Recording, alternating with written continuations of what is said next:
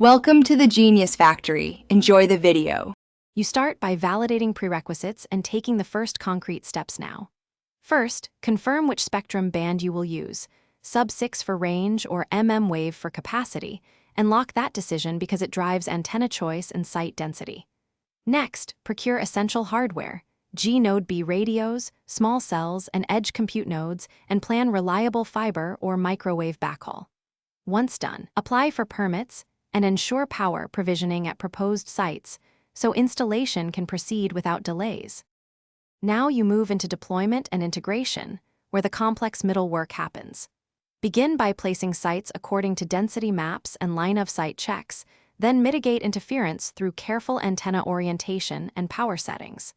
Install radios and connect backhaul, making sure to configure G-Node B parameters and synchronize timing via PTP.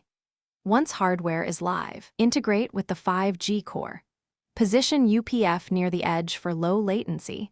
Apply NSSF/AMF profile. You finish by validating and launching, then applying a key troubleshooting tip if needed.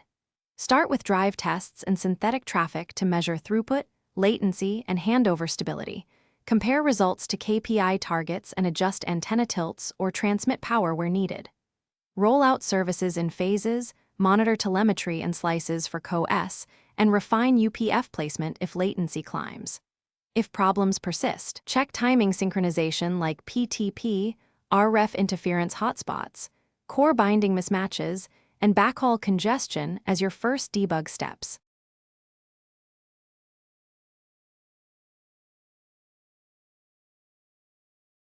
Thanks for watching. If you found this helpful, don't forget to like and subscribe.